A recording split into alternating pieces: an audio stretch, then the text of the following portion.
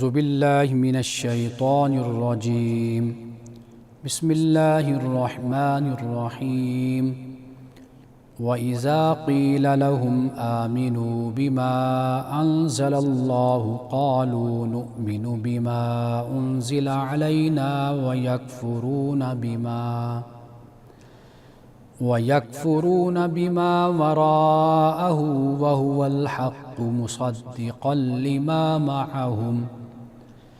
قُلْ فَلِمَ تَقْتُلُونَ أَنْبِيَاءَ اللَّهِ مِنْ قَبْلُ إِن كُنْتُمْ مُؤْمِنِينَ وَلَقَدْ جَاءَكُمْ مُوسَى بِالْبَيِّنَاتِ ثُمَّ اتَّخَذْتُمُ الْعِجْلَ مِنْ بَعْدِهِ وَأَنْتُمْ ظَالِمُونَ وَإِذْ أَخَذْنَا مِيثَاقَكُمْ وَرَفَعْنَا فَوْقَكُمُ الطُّورَ خُذُوا مَا آتَيْنَاكُمْ بِقُوَّةٍ وَاسْمَعُوا قَالُوا سَمِعْنَا وَعَصَيْنَا وَأُشْرِبُوا فِي قُلُوبِهِمُ الْعِجْلَ بِكُفْرِهِمْ قُلْ بِئْسَ مَا يَأْمُرُكُمْ بِهِ إِيمَانُكُمْ إِن كُنتُم مُّؤْمِنِينَ قُلْ إِن كَانَتْ لَكُمُ الدَّارُ الْآخِرَةُ عِندَ اللَّهِ خَالِصَةً مِّن دُونِ النَّاسِ فَتَمَنَّوُا الْمَوْتَ إِن كُنتُمْ صَادِقِينَ وَلَن يَتَمَنَّوْهُ أَبَدًا بِمَا قَدَّمَتْ أَيْدِيهِمْ وَاللَّهُ عَلِيمٌ بِالظَّالِمِينَ وَلَتَجِدَنَّهُمْ أَحْرَصَ النَّاسِ عَلَى حَيَاةٍ وَمِنَ الَّذِينَ أَشْرَكُوا يَوَدُّ أَحَدُهُمْ لَوْ يُعَمَّرُ أَلْفَ سَنَةٍ وَمَا هُوَ بِمُزَحْزِحِهِ مِنَ الْعَذَابِ أَنْ يُعَمَّرَ وَاللَّهُ بَصِيرٌ بِمَا يَعْمَلُونَ صدق اللہ العظیم۔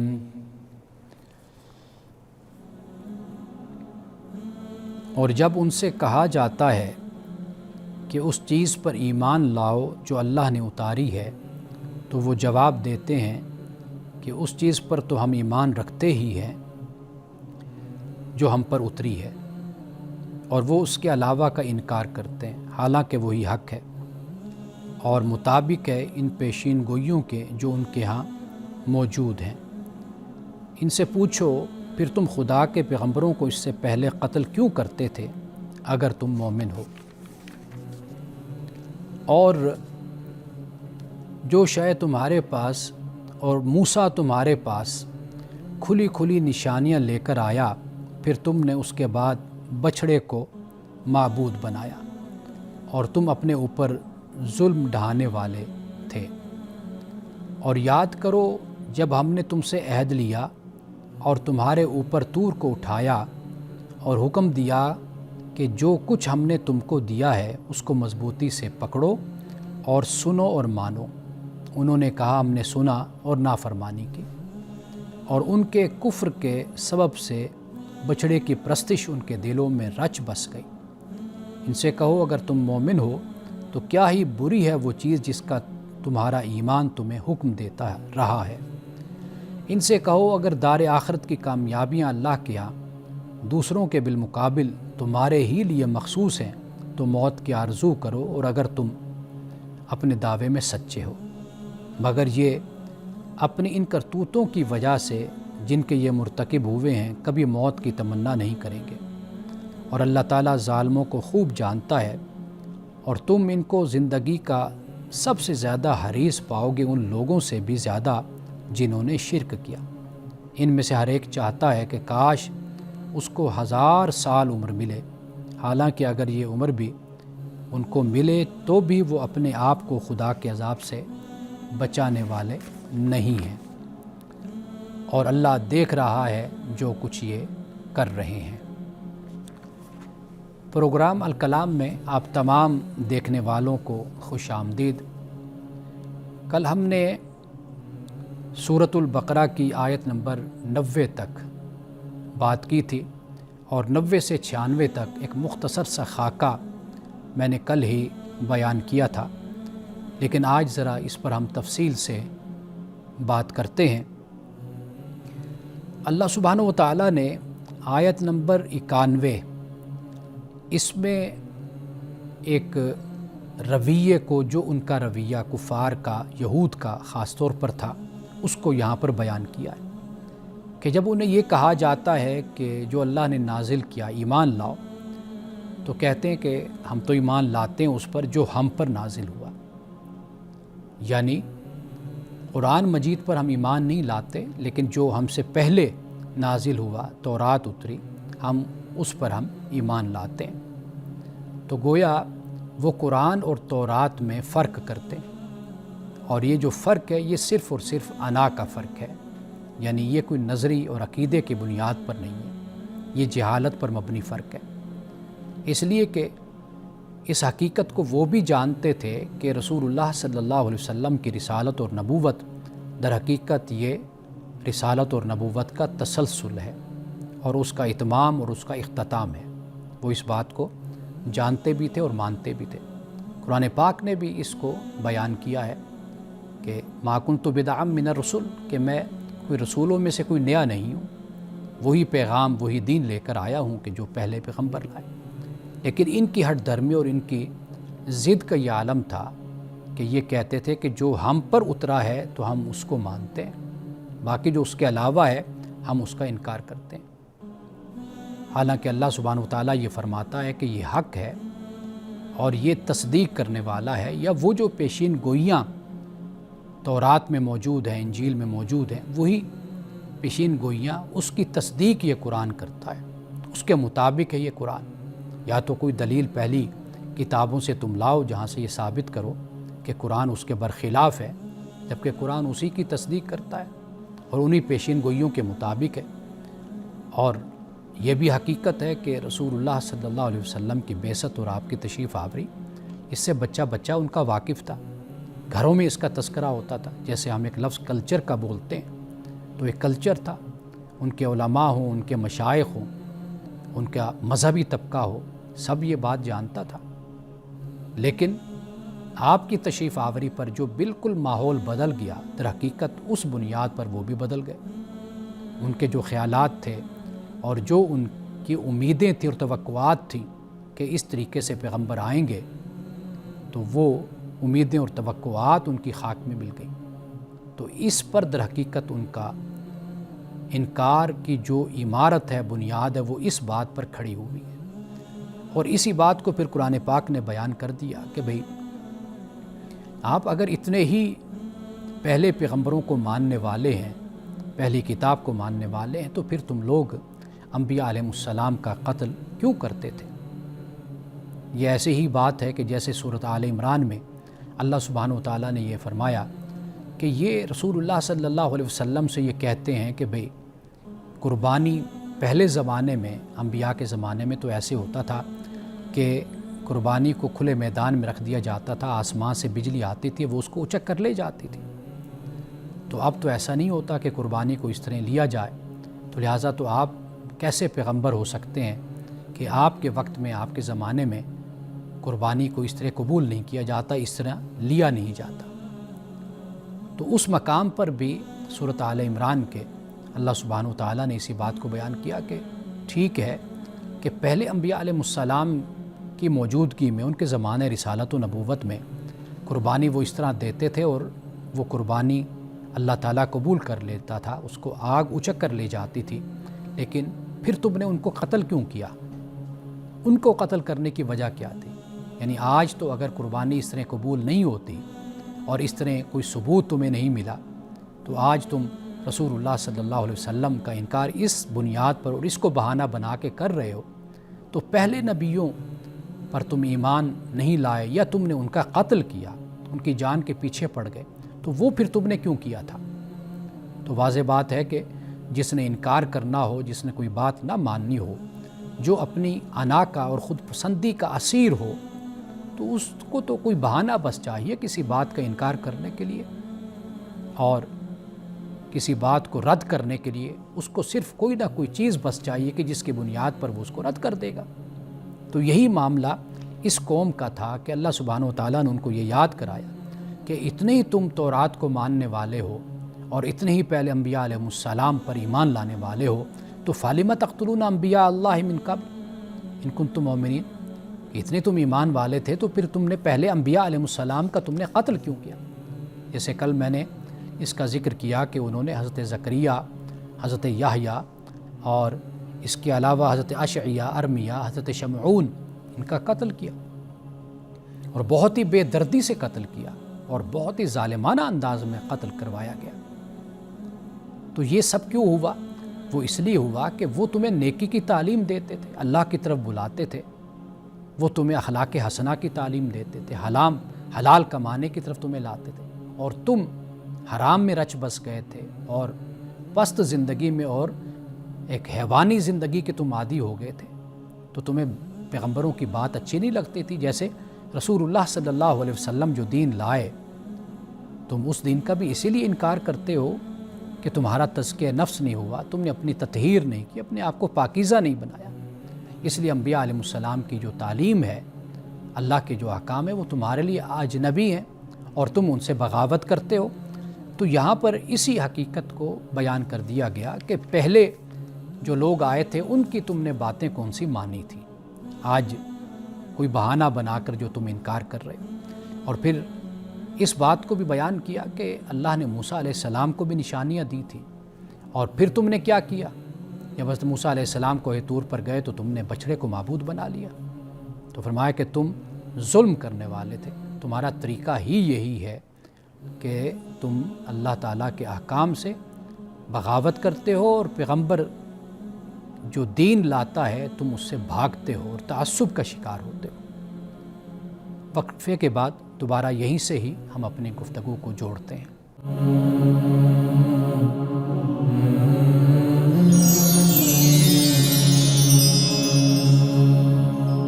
وقفے کے بعد دوبارہ حاضر ہیں۔ بات یہ ہو رہی تھی کہ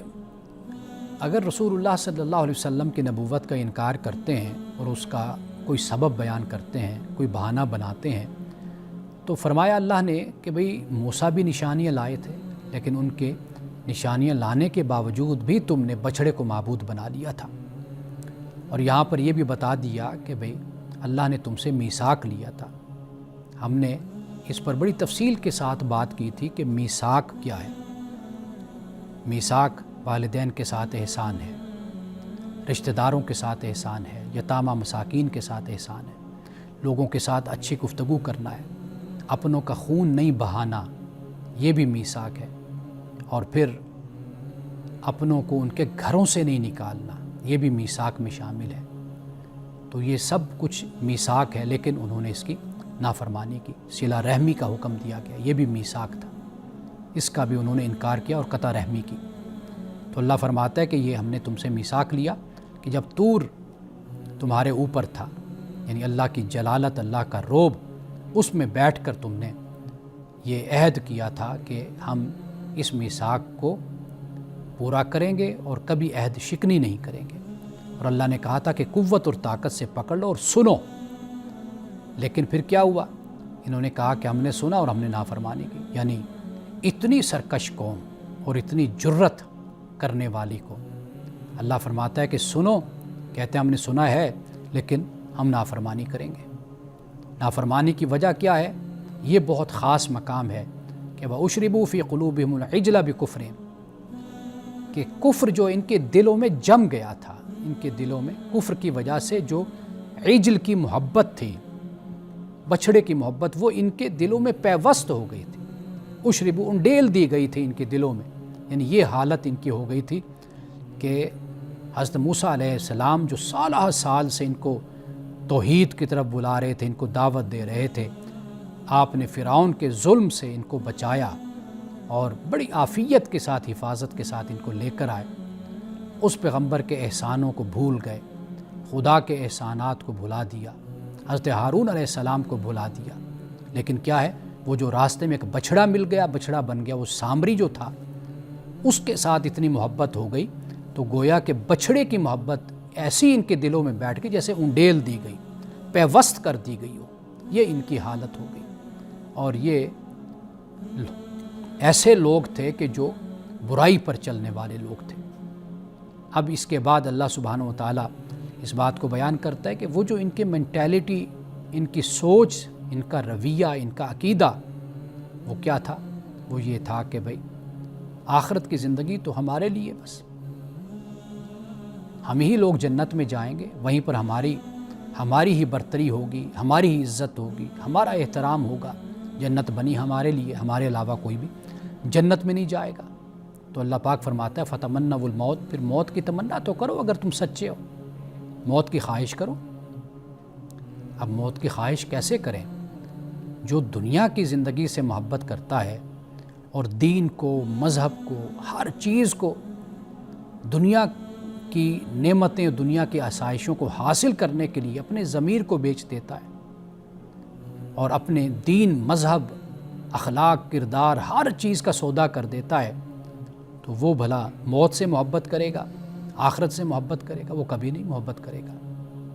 وہ دنیا سے ہی محبت کرے گا، اس لیے کہ اس نے دنیا کے لیے ہی تو اپنا سب کچھ قربان کیا۔ تو بھلا یہ کیسے ممکن ہو سکتا ہے کہ اب وہ موت سے محبت کرنے لگ جائے؟ اللہ سبحانہ وتعالیٰ نے سورۃ آل عمران میں یہ فرمایا کل نفس ذائقۃ الموت، ہر نفس موت کا ذائقہ چکھنے والا ہے۔ یعنی میں تو یوں کہا کرتا ہوں کہ موت کی تلوار ہر انسان کے سر پر لٹک رہی ہے اور پورا تمہیں اجر قیامت کے دن دیا جائے گا۔ جسے آگ سے دور کر دیا گیا، جنت میں داخل کر دیا گیا، فقد فاز، تو فرمایا وہ کامیاب ہے۔ ناظرین اکرام، یہاں پہ ایک بات کی میں وضاحت کرتا چلوں، اللہ سبحانہ و تعالیٰ کبھی دنیا کی مذمت نہیں کرتا۔ اللہ سبحانہ و تعالیٰ اس سوچ کی، اس رویے کی، اس ذہن کی مذمت کرتا ہے کہ جو بس دنیا کو ہی سب کچھ سمجھ کر بیٹھ جاتا ہے۔ ورنہ اللہ پاک یہ فرماتا ہے وَلَا تَنْسَ نَصِيبَكَ مِنَ الدُّنْيَا، دنیا سے اپنا حصہ لینا مت بھول، دنیا میں رہنا ہے۔ اور یہ بھی یاد رکھیے کہ دنیا کے مقابل آخرت ہے، دین نہیں ہے۔ یہ جو ہم دنیا کے مقابلے میں دین کو لے آتے ہیں نا، دنیا کے مقابلے میں دین نہیں، دنیا کے مقابل آخرت ہے۔ دنیا میں رہنا ہے، دین تو در حقیقت ایک ضابطۂ حیات ہے، آپ کے لیے رہنمائی ہے، میرے لیے رہنمائی ہے کہ اس دنیا میں ہم نے کس طرح رہنا ہے۔ وہ دین ہمیں بتاتا ہے کہ اللہ کی مرضی اور منشا کے مطابق اگر زندگی گزارنا چاہتے ہو پھر دین کا طریقہ اختیار کر لو۔ تو دین دنیا کے مقابلے میں نہیں ہے، تو لہٰذا یہ غلط فہمی بھی ہمیں دور کر لینی چاہیے، یہ مسکنسیپشن ہے۔ دین اس لیے دیا گیا کہ دنیا میں ہم نے زندگی اس کے مطابق گزارنی ہے، اور باقی دنیا کے مقابلے میں آخرت ہے۔ رسول اللہ صلی اللہ علیہ وسلم کی پسندیدہ دعا میں دنیا پہلے ہے اور بعد میں آخرت ہے۔ دنیا میں اچھے اعمال، صالح اعمال، نیک اعمال، اس کا اجر اللہ تعالیٰ پھر آخرت میں انسان کو جنت کی صورت میں عطا کرے گا۔ تو لہٰذا یہ ہرگز نہ سمجھا جائے کہ بھئی دنیا کو بالکل مردود، مذموم، ملعون نعوذ باللہ قرار دے دیا جائے، تو ایسا نہیں ہے۔ یہ غلو اور یہ مبالغہ ہمارے ہاں بعد روایات کی طرف سے داخل ہوا، اور پھر اس کو صوفیاء کرام نے اختیار کر لیا، اور ان کی کتابوں میں پھر دنیا کی مذمت کو بڑا بیان کیا جاتا ہے۔ لیکن اگر وہاں پر بھی تھوڑا سا اعتدال اور توازن مد نظر رکھا جائے کہ دنیا سے مراد کیا، دنیا والے، وہ لوگ جو دنیا کے حریص، لالچی اور دنیا کی محبت میں ہی غرق ہو جاتے ہیں، سب کچھ بھول جاتے ہیں، والدین کو بھول گئے، اپنی ذمہ داریاں بھول گئے، مخلوق خدا کو بھول گئے، اپنے خالق کو بھول گئے، اپنی موت کو بھول گئے، سب کچھ بھول گئے، دنیا کو سب کچھ سمجھ لیا۔ تو مذمت ایسے لوگوں کی ہے اور ایسی سوچ اور ایسے رویے کی، اور یہ کفار کا رویہ تھا۔ قرآن پاک نے اس لیے ان کے اس رویے کو بیان کیا۔ قرآن یہ کہتا ہے کہ جن کو دنیا چاہیے، اللہ کہتا ہے کہ میں تمہیں دنیا میں نے دے دی، تو لہٰذا آخرت میں تمہارا کوئی حصہ نہیں ہوگا۔ لیکن ایمان دنیا اور آخرت میں توازن، اعتدال، اس کا نام ہے۔ تو ادھر زیادہ یا ادھر زیادہ نہیں، آپ کو اعتدال رکھنا ہے۔ یعنی آخرت کے فکر میں کئی لوگ ایسے غرق ہو جاتے ہیں، وہ پھر دنیا میں جو ان پر ذمہ داریاں ہوتی ہیں، فرائض ہوتے ہیں، ان کو چھوڑ بیٹھتے ہیں۔ تو لہٰذا اعتدال چاہیے، دنیا میں رہنا ہے اور اسی دنیا میں اپنے اعمال سر انجام دینے ہیں، اور انہی اعمال کی بنیاد پر ہی پھر آخرت کا حقدار بننا ہے۔ اب یہاں پر اللہ سبحانہ و تعالیٰ یہود کی جس سوچ کو رد کرتا ہے وہ یہ ہے کہ ان کا کہنا یہ ہے کہ اللہ سبحانہ و تعالیٰ کے ہاں دار آخرت میں جو کامیابیاں وہ سب کچھ ہمارے لیے ہے۔ تو اللہ فرماتا ہے کہ پھر موت کی تمنا کرو اگر تم سچے ہو، اس لیے کہ ان کے اندر تھا تو کچھ، باہر کچھ، اندر دنیا ہے، باہر کہتے ہیں آخرت ہماری بنی ہوئی، لالچ میں ڈوبے ہوئے ہیں، لیکن آخرت بھی اپنی کھری کی ہوئی ہے۔ تو اللہ نے واضح طور پہ کہہ دیا کہ بھئی کوئی خاندان، کوئی ذات، کوئی پات اور کوئی عقیدہ، کوئی مذہب اور کوئی بھی تمہارے کام آنے والا نہیں ہے۔ تمہارے کام کیا آئے گا؟ ایمان اور عمل صالح، بس یہ تمہارے کام آئے گا۔ اپنے گھڑے ہوئے عقیدے، نظریات، یہ تمہارے کام بالکل نہیں آئیں گے۔ اللہ سبحانہ و تعالیٰ پھر یہ بھی فرما دیتا ہے کہ یہ وہ لوگ ہیں کہ جو دنیا کی زندگی پر لوگوں سے زیادہ حریص ہیں، مشرکوں سے بھی زیادہ حریص ہیں۔ اگر یہ اتنے آخرت کے طلبگار ہوتے تو پھر اس دنیا میں میرے دین کے لیے اپنے آپ کو وقف کرتے، دین پر عمل کرتے، دین کے لیے جہاد کرتے، لیکن ان کی زندگی کا طریقہ اور ان کے شب و روز یہ بتاتے ہیں کہ ان کو دنیا سے ہی صرف محبت ہے، ان کو آخرت سے اور خدا کے دین سے کوئی محبت نہیں ہے۔ اب اللہ سبحانہ و تعالیٰ نے واضح طور پر یہ اعلان کر دیا کہ یہ تو اتنے حریص ہیں کہ یہ تو چاہتے ہیں کہ ان کو 1000 سال زندگی ملے، یود احدہم لو یعمر 1000 سنہ، کاش 1000 سال ہم زندہ رہیں۔ تو اللہ پاک فرماتا ہے کہ ان کو 1000 سال کی بھی زندگی مل جائے نا، لیکن خدا کے عذاب سے یہ کبھی نہیں بچ سکتے، یہ کبھی نہیں ٹلے گا عذاب۔ یعنی وہ چند دنوں کی زندگی ہو، چند سالوں کی زندگی ہو، تو وہ اپنی جگہ پر عذاب پھر بھی ہوگا۔ 1000 سال کیا، کئی 1000 سال بھی یہ زندہ رہ لیں، لیکن کیا ہوگا نتیجہ؟ وہ یہی ہوگا کہ آخر خدا کے پاس جانا ہے اور خدا کو اپنے اعمال کا جواب دینا ہے۔ اور آخر میں جو یہ فرمایا واللہ بصیر بما یعملون، اللہ دیکھنے والا ہے جو یہ کر رہے ہیں۔ یہ در حقیقت جب آیت کے آخر میں اللہ سبحانہ و تعالیٰ اپنی کسی صفت کو بیان کرتا ہے تو وہ آخری جو الفاظ ہوتے ہیں وہ پوری آیت، پورے مضمون کا خلاصہ ہو جاتا ہے۔ یعنی اللہ دیکھنے والا ہے جو یہ کرتے ہیں، یہ جو منافقت کا رویہ اختیار کرتے ہیں اور یہ جو مذہب کو استعمال کرتے ہیں، تو اللہ فرماتا ہے کہ یہ سب کچھ میں دیکھ رہا ہوں۔ ان کی دو رخی اور ان کی جو منافقت اور نفاق ہے وہ میرے سامنے آیا ہے، کل قیامت کے دن میں ان سے پوچھوں گا اور ان کا فیصلہ کروں گا۔ ناظرین کرام، وقفے کے بعد آپ کے سوالات کے ساتھ حاضر ہوتے ہیں۔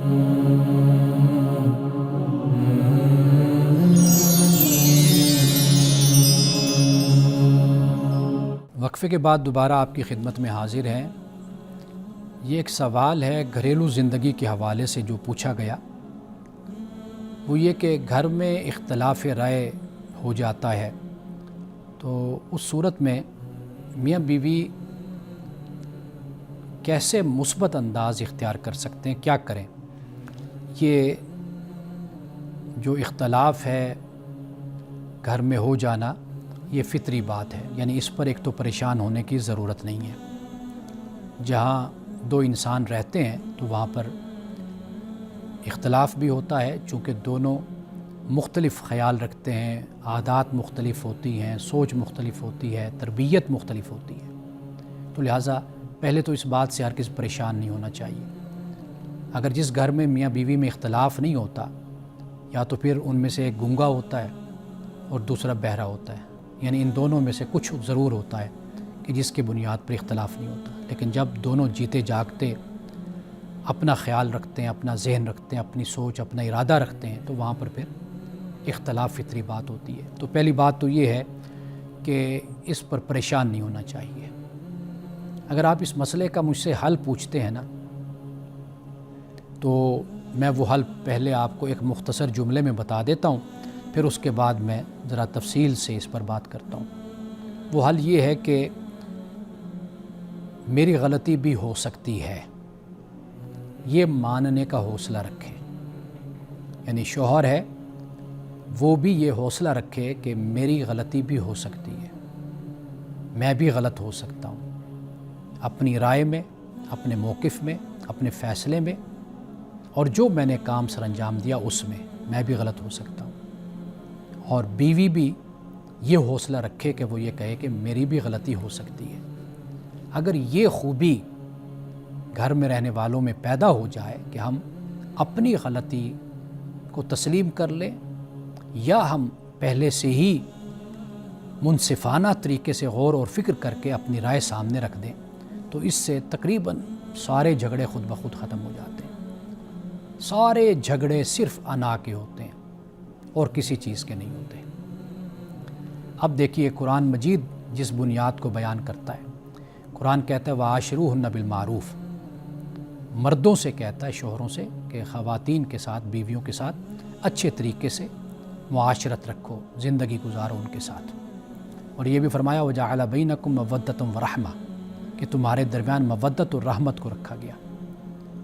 یعنی مودت اور رحمت ایک تو ہے نا، ویسے ایک محبت، ایک شفقت، ایک رحمت، ایک یہ ہوتا ہے کہ جب اپنا ساتھی بیمار ہوتا ہے تو اس کی فکر مندی، اس کا خیال رکھنا، اس کی کیئر کرنا، اس کی نگہداشت کرنا، اس کو اسپیشل ایک ٹریٹمنٹ جس کو کہتے ہیں وہ اس کو دینا، خاص توجہ دینا۔ اللہ سبحانہ وتعالیٰ میاں بیوی کے درمیان صرف یہ نہیں فرماتا کہ رحمت، مہربانی، شفقت وہ تو سب کے ساتھ ہو سکتی ہے، لیکن خاص یہاں پر یہ تعلق ہے کہ فرمایا کہ بھئی اسپیشل کیئر اور اسپیشل سلوک اور نگہداشت، یعنی اس کو کوئی تکلیف ہو تو وہ تکلیف تم خود محسوس کرو۔ رسول اللہ صلی اللہ علیہ وسلم کا بھی ذرا طرز عمل میں آپ کو بتا دوں کہ ایک تو آپ نے کبھی بھی ہاتھ نہیں اٹھایا کسی پر بھی، وہ بچہ ہے، وہ غلام ہے، وہ کوئی خادمہ ہے، وہ کوئی زوجہ ہے، کسی پر بھی کبھی آپ نے ہاتھ، ناراضی اگر ہوتی ہے تو خاموشی آپ اختیار فرماتے ہیں، سخت کلامی کبھی نہیں کیا آپ نے۔ خاموشی بھی، یہ بھی بہت اچھا علاج ہوتا ہے، یعنی اگر خاموشی اختیار کر لی جائے تو اس سے بھی کافی مسئلے حل ہو جاتے ہیں۔ اور پھر یہ کہ اگر آپ گفتگو کرتے ہیں میاں بیوی آپس میں بیٹھ کر، ایک تو یہ ہے کہ جہاں پر اختلاف ہو جاتا ہے نا تو وہاں پر پھر بحث نہ کریں۔ ایک طریقہ یہ ہوتا ہے کہ ہم پھر بحث کرتے ہیں اور دوسرے پر اپنی رائے کو، اس کو امپوز کرنے کی، اس کو نافذ کرنے کی، تھوپنے کی ہم کوشش کرتے ہیں۔ اختلاف کی صورت میں یہ ہوتا ہے کہ بحث نہیں کرنی چاہیے۔ اور دوسرا طریقہ یہ ہوتا ہے کہ جب اس ماحول سے ہم نکل آئیں میاں بیوی، یعنی متوازن ایک ماحول بن جائے، تو پھر اس پر پھر بیٹھ کر گفتگو اس مسئلے پر کی جا سکتی ہے۔ میں نے اکثر طور پر یہ دیکھا ہے، یعنی ایسے بہت سے لوگ میرے پاس آتے ہیں، چونکہ ایک دن میرا اس حوالے سے بھی ہوتا ہے، کونسلنگ کے حوالے سے بہت سے لوگ رابطہ کرتے ہیں، اور پھر میں انڈیویجولی 1 گھنٹا 1.5 گھنٹا جو ہوتا ہے ہفتے میں 1 دن میں نے اس کام کے لیے رکھا ہوتا ہے۔ تو میرے پاس اکثر جو مسائل خواتین کے آتے ہیں یا میاں بیوی کے آپس میں جو لڑائی ہوتی ہے یا علیحدگی ہوتی ہے، اس کی بنیاد یہی ہوتی ہے۔ بیٹھے گفتگو ہوئی، لڑائی شروع ہو گئی، لڑائی کے بعد خاوند یا تو طلاق کے الفاظ بول دیے، یا پھر یہ طریقہ اختیار کر لیا کہ بھئی بیوی نے سامان لپیٹنا شروع کر دیا، اکٹھا کرنا شروع کر دیا، تو وہ سامان سمیٹنے لگ گئی، خاوند بھی جذباتی ہو گیا، طلاق کے الفاظ بول دے۔ میرے پاس خود اس طرح کا کیس آیا، صرف اور صرف مسئلہ کیا تھا، خاوند باہر تھا، گھر میں کوئی مسئلہ ہوا نند کے ساتھ، اور گھر والوں نے خاوند کو باہر سے بلا لیا، اس نے بات نہیں سنی، بیوی نے سنائی نہیں، لڑائی شروع کر دی، معاملہ ایسا الجھا کہ اس کے بعد نوبت طلاق تک پہنچی، اور پھر میرے پاس یہ کیس آیا کہ جی اب آپ بتائیے کہ طلاق ہوئی یا نہیں۔ خیر وہ ایک علیحدہ مسئلہ ہے،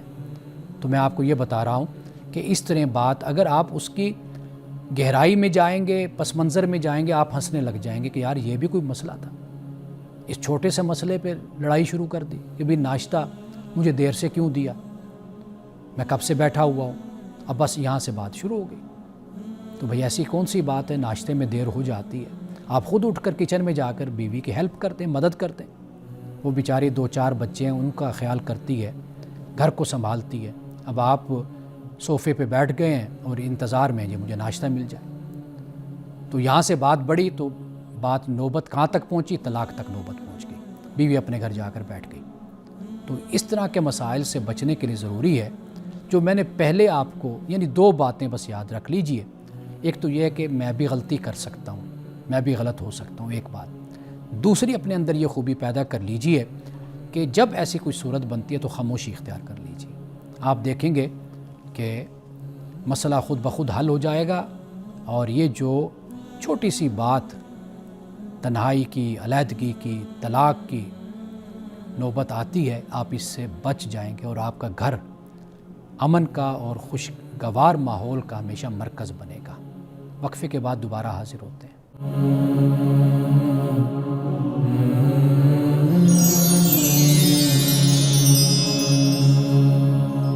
وقفے کے بعد دوبارہ آپ کی خدمت میں حاضر ہیں، اور یہ سوال بڑا اہم سوال ہے اور طالب علم کی طرف سے ہے۔ چونکہ چند سوالات مجھے ان کی طرف سے دیے گئے ہیں، ہمارا پروگرام مدارس کے طلباء اور علماء بھی دیکھتے ہیں، ان کی طرف سے اعتراضات بھی آتے ہیں اور ان کی طرف سے سوالات بھی آتے ہیں۔ سوالات ہوں یا اعتراضات ہوں،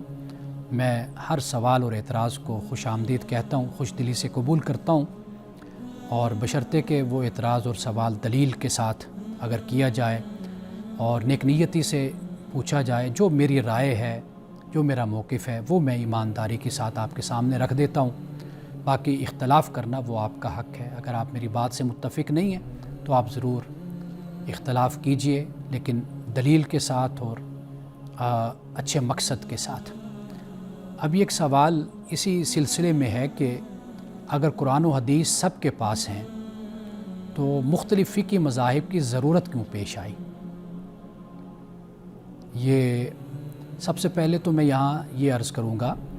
کہ یہ پہلے فقہی مذاہب نہیں تھے، یہ فقہا علماء کی دین کی خدمت تھی جو انہوں نے کی، اور قرآن اور سنت کو سمجھا، گہرائی کے ساتھ، تفقہ فی الدین کے ساتھ، اور سمجھ کر پھر انہوں نے جو اصول قائم کیے، اور پھر جو مسائل اجتہادی مسائل پیدا ہوئے ان کو منطبق کیا اور ان کا اطلاق کیا، پھر اس کا جو حل ہے وہ قرآن و سنت کی روشنی میں بتایا۔ اس میں کوئی شک نہیں ہے کہ رسول اللہ صلی اللہ علیہ وسلم نے امت کو قرآن اور سنت، یہ 2 دین آپ کہہ لیجئے، دین یہی ہے، قرآن اور سنت، یہ آپ نے امت کو دیے۔ لیکن یاد رکھیے کہ انسانوں کی عقل، ان کی زبان اور جو اجتہاد کی صلاحیت ہے وہ جدا جدا ہوتی ہے، یعنی نص ایک ہے، قرآن مجید، سنت ایک ہے، مگر فہم آپ کہہ سکتے ہیں وہ مختلف ہو جاتا ہے۔ صحابہ کے درمیان بھی بعد آیات اور احادیث کے فہم میں اختلاف ہوا، کتابیں بھری پڑی ہیں، حضرت عبداللہ ابن عباس، حضرت عبداللہ ابن عمر، حضرت عبداللہ ابن مسعود، حضرت معاذ بن جبل، سیدہ عائشہ صدیقہ رضی اللہ تعالیٰ عنہ، بہت بڑی عالمہ، فاضلہ، فقیہہ، محدثہ، مفسرہ، مورخہ، علم الانساب کی ماہرہ، انہوں نے بہت سے مسائل میں جید صحابہ سے اختلاف کیا، جلیل القدر صحابہ سے اختلاف کیا، یعنی سیدنا فاروق اعظم رضی اللہ تعالیٰ عنہ جیسے صحابی سے سیدہ عائشہ صدیقہ رضی اللہ تعالیٰ عنہ نے اختلاف کیا، سیدنا ابو ہریرہ سے اختلاف کیا۔ تو لہٰذا اختلاف تو صحابہ میں بھی ہوا، آیات اور احادیث کے فہم میں ان میں بھی اختلاف ہوا۔ اب رسول اللہ صلی اللہ علیہ وسلم کی وفات کے بعد نئے مسائل بھی پیدا ہوئے، علاقے بدل گئے، یعنی کوئی شام چلا گیا، کوئی کوفہ چلا گیا، کوئی بغداد چلا گیا، کوئی طائف چلا گیا، مختلف علاقوں میں جا کر بس گئے، وہ حالات مختلف ہو گئے، تو قرآن و سنت سے استنباط کے لیے پھر اجتہاد کی ضرورت پڑی۔ تو جب اجتہاد کیا تو اختلاف جو ہے وہ دلیل میں نہیں ہے، وہ فہم میں اختلاف ہے اور تطبیق میں اختلاف ہوا۔ تو پھر یہی سلسلہ آگے چلتا گیا۔ ائمہ اربعہ کو جب ہم دیکھتے ہیں، انہوں نے بھی اسی فہم کو ہی منظم کیا، آرگنائز کیا، یعنی صحابہ کرام رضوان اللہ تعالیٰ علیہم اجمعین میں جو فقہی اختلاف ہوا، اجتہادی اختلاف ہوا، قرآن کی آیات کے فہم میں اختلاف ہوا، اس کے علاوہ حدیث میں اختلاف ہوا، اس کے فہم میں اختلاف ہوا، تو اسی کو ائمہ اربعہ نے پھر منظم، اس کو آرگنائز کر کے وہ آگے لے کر چلے، یعنی قرآن و حدیث کے اصولوں کو پھر ضابطے میں انہوں نے ڈھالا، اجتہاد کے قواعد بنائے اور ایک پھر نظم جو ہے وہ فراہم کیا۔ یعنی مثال کے طور پہ دیکھیے، امام ابو حنیفہ قرآن، سنت، اجماع، قیاس، استحسان، امام مالک قرآن و سنت پھر عمل اہل مدینہ، امام شافعی قرآن و سنت اصول استدلال۔ اب امام شافعی نے اصحاب الرائے یعنی اہل کوفہ اور اہل الحدیث مدینہ کے علماء کے درمیان آپ نے توازن پیدا کیا، یعنی اصولیین کے درمیان اور جو اہل الحدیث ہیں محدثین، ان کے درمیان ایک انہوں نے توازن پیدا کیا۔ امام احمد قرآن و سنت اور آثار صحابہ، یہ انہوں نے صحابہ ہی کے اس فہم کو منظم انداز میں انہوں نے پیش کیا۔ لیکن بدقسمتی پھر یہ ہوتی ہے کہ آنے والے زمانوں میں لوگ پھر ائمہ کے اس طرح تقلید کرنا شروع کر دیتے ہیں کہ انہی کو پھر اپنی دلیل بنا لیتے ہیں، جو اصل سورس ہے، اصل جو ماخذ ہے، اس کی طرف پھر کم رجوع کیا جاتا ہے۔ یہ المیہ ہوتا ہے، لیکن ہمیں یہ چاہیے کہ ہمارا اصل جو سرچشمہ ہے وہ قرآن اور سنت ہے، اس سے ہم اپنے تعلق کو مضبوط کریں۔ باقی ائمہ اور فقہا، ان سے استفادہ ہم ضرور کرتے رہیں، کیونکہ ان کا گراں قدر کام ہے اور گراں قدر ان کی خدمات ہیں، جنہوں نے اسلام کو سمجھنے کے لیے انہوں نے سر انجام دی ہے۔ انہی الفاظ کے ساتھ آج کے پروگرام سے میں اجازت چاہوں گا، انشاءاللہ کل آپ سے ملاقات ہوگی۔ السلام علیکم ورحمۃ اللہ وبرکاتہ۔